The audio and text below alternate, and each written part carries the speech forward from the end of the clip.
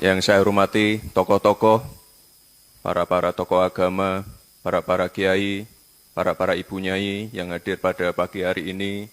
Selamat pagi semua ibu-ibu. Disorot netizen karena dia nggak paham menggunakan kalimat para yang bersifat jamak, dan dia menyampaikan sambutannya di acara Fatayat NU itu Jumat lalu. Para kiai, para bapak, para ini elementer banget ya. Saya pikir ini netizen bukan nyinyir, tapi sekelas Wapres nggak paham soal yang beginian. Jadi dia ini kita perlu bertanya pahamnya apa dong gitu ya. Dan lebih bahaya lagi orang model beginian kok bisa jadi Wapres. Parah banget. Assalamualaikum warahmatullahi wabarakatuh. Selamat malam, salam sejahtera untuk kita semua. Ibu, bapak, saudara-saudara sebangsa setanah air yang sangat saya cintai. Persoalan terbesar bangsa kita hari ini, republik kita hari ini adalah ketimpangan, ketidaksetaraan, ketidakadilan.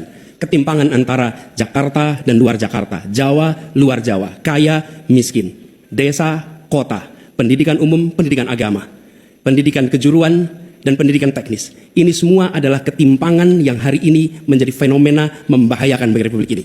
Bahkan di bidang perekonomian, segelintir orang menguasai sebagian besar perekonomian kita. Ketika republik ini didirikan, para pendirinya 60-an orang anggota BPUPKI, mereka adalah orang-orang terdidik, mereka dari kaum yang privilege, tapi mereka mendirikan republik untuk semua, bukan mendirikan republik untuk kepentingan dirinya, golongannya, ataupun keluarganya. Mereka mendirikan ini untuk semuanya. Kekuasaan yang dibangun untuk memberikan kesempatan kepada semua. Sekarang kita jauh dari cita-cita republik ini. Ketika para pendiri itu kaum intelektual, mereka memilih berjuang di jalur politik. Saya berangkat sebagai pengajar, mendapat panggilan tugas di wilayah politik. Kami akan membawa gagasan pendiri republik untuk kembali mewarnai republik ini, untuk bisa mengarahkan republik ke depan agar kembali pada format awal. Apa masalah hari ini? 45 juta orang belum bekerja dengan layak. Bicara jaminan sosial, lebih dari 70 juta orang tidak punya jaminan sosial. Bicara pendidikan, jauh dari kota, terpencil, masa depan jadi suram. Kemampuan tinggi, kesempatan tidak ada. Sangat frustrasi melihatnya. Kesehatan mental, kekerasan seksual, lebih 15 juta orang jadi korban. Ini problem-problem yang tidak menjadi kepedulian segelintir elit. Ini adalah kepedulian rakyat kebanyakan. Karena itu dalam perjalanan kami 1 tahun, kami menemukan jutaan rakyat yang berbondong-bondong menginginkan perubahan. Mereka membuat poster rakyat, membuat posko rakyat, mendoakan dari tempat yang tidak kita lihat. Poster-poster itu cemerlang karena bukan didanai dari uang dari Jakarta, tapi didanai oleh keringatnya yang jernih hasil kerja kerasnya. Ini adalah keinginan perubahan. Apa yang ingin kita capai? 1, kita akan memastikan hidup sehat dan bila sakit ada pertolongan cepat. Tumbuh cerdas dengan biaya terjangkau. Keluarga sejahtera karena upahnya layak. Dan bila membutuhkan diberikan bansos sesuai kebutuhannya, bansos plus. Bukan memberikan bansos untuk kepentingan yang memberi, tapi untuk kepentingan yang diberi. Dan warga negara yang bangga dengan negaranya. Karena dijaga budayanya dan etikanya dijaga tinggi. Kita menginginkan persatuan karena ditopang dengan rasa keadilan. Persatuan itu tidak mungkin terjadi dalam ketimpangan. Persatuan membutuhkan rasa keadilan. Karena itu misi kami tegas mewujudkan bangsa yang sehat, yang cerdas, yang sejahtera, berbudaya, dan bersatu.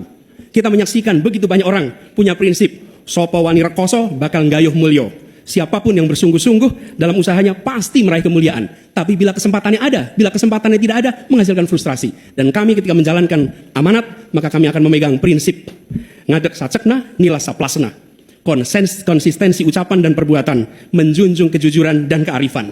Ini komitmen kami, fokus pada pembangunan manusia Indonesia, menghadirkan kesetaraan, menghadirkan keadilan. Dengan seperti itu kita ada persatuan. Perubahan saatnya kita kerjakan. Katong bergerak untuk perubahan, untuk seluruh rakyat Indonesia dimanapun berada. Terima kasih. Assalamualaikum warahmatullahi wabarakatuh. Sebagai contoh, saya berikan ilustrasi Bapak Ibu sekalian. Betapa ketimpangan itu nyata. Pembangunan itu tentang manusia, bukan tentang infrastruktur. Bukan tentang bangunan, tapi manusianya.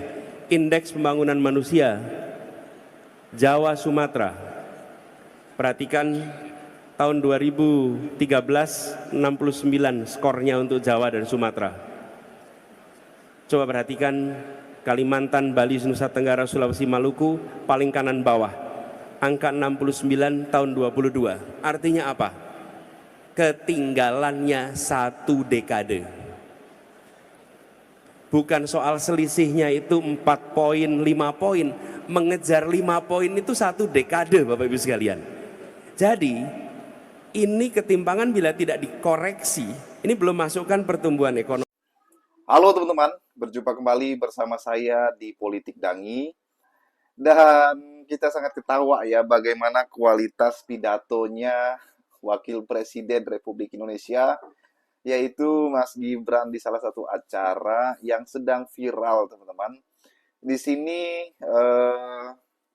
Gibran itu menggunakan para-para ya.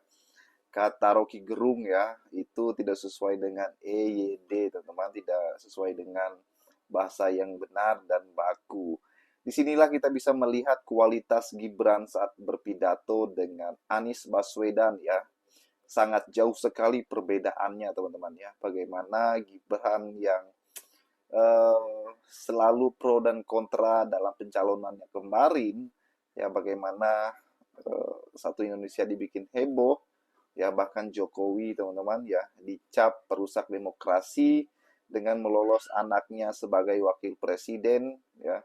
Padahal aturan sebelumnya itu tidak boleh ya di bawah 40.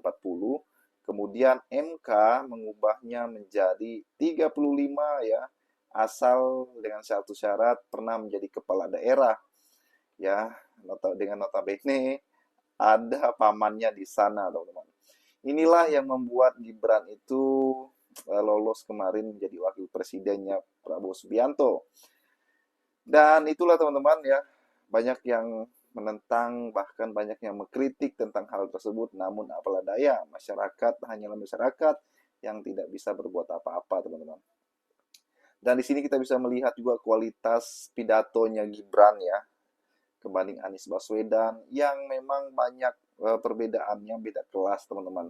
Anies Baswedan ini seorang intelektual yang tinggi ya, beliau juga pernah menjadi capres, bahkan dosen, teman-teman, pernah menjadi gubernur, pernah menjadi menteri. Jadi banyak sekali pengalaman yang diberikan atau pengalaman dalam diri Anies Baswedan ini ya, menjadi seorang pemimpin. Jadi pantas saja ya bagaimana Hasto menyebut bahwa Anies Baswedan itu ditakuti Jokowi. Dan kemudian ya bagaimana Anies Baswedan ini dikriminalisasi oleh Jokowi. Kata Hasto dengan ya pengungkitan proyek Formula E pada saat itu. Namun apa yang terjadi? Anies Baswedan tidak terbukti melakukan korupsi, teman-teman ya. Ini membuktikan bahwa Anies Baswedan itu orang yang bersih. Ini membuktikan bahwa Anies Baswedan itu yang punya integritas ya. Ini membuktikan Anies Baswedan itu pemimpin yang menjaga sekali marwahnya sebagai seorang pemimpin, teman-teman.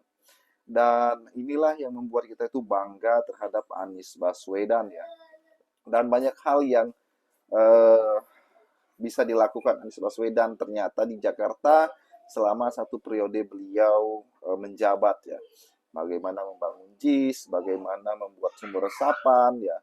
Itu, teman-teman. Bagaimana menurut kalian? Kita diskusi di kolom komentar ya. Sampai jumpa lagi.